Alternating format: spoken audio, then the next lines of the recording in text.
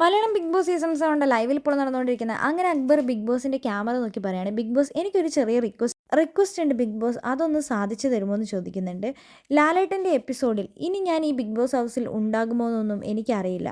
ഞാൻ ആദ്യമായിട്ട് എൻ്റെ ജീവിതത്തിൽ ഒരു റാപ്പ് സോങ് എഴുതിയിട്ടുണ്ട്. അത് അനീഷേട്ടനെ കുറിച്ചും അനുമോളെക്കുറിച്ചുമാണ്. പകുതിയിലായ അനീഷേട്ടനെ കുറിച്ചും പകുതി അനുമോളെക്കുറിച്ചുമാണ്. ബിഗ് ബോസ് കഴിഞ്ഞ ദിവസങ്ങളിൽ അത് കേട്ടിട്ടുണ്ടാവും. ഞാനിതിവിടെ പാടിയിട്ടുമുണ്ട്.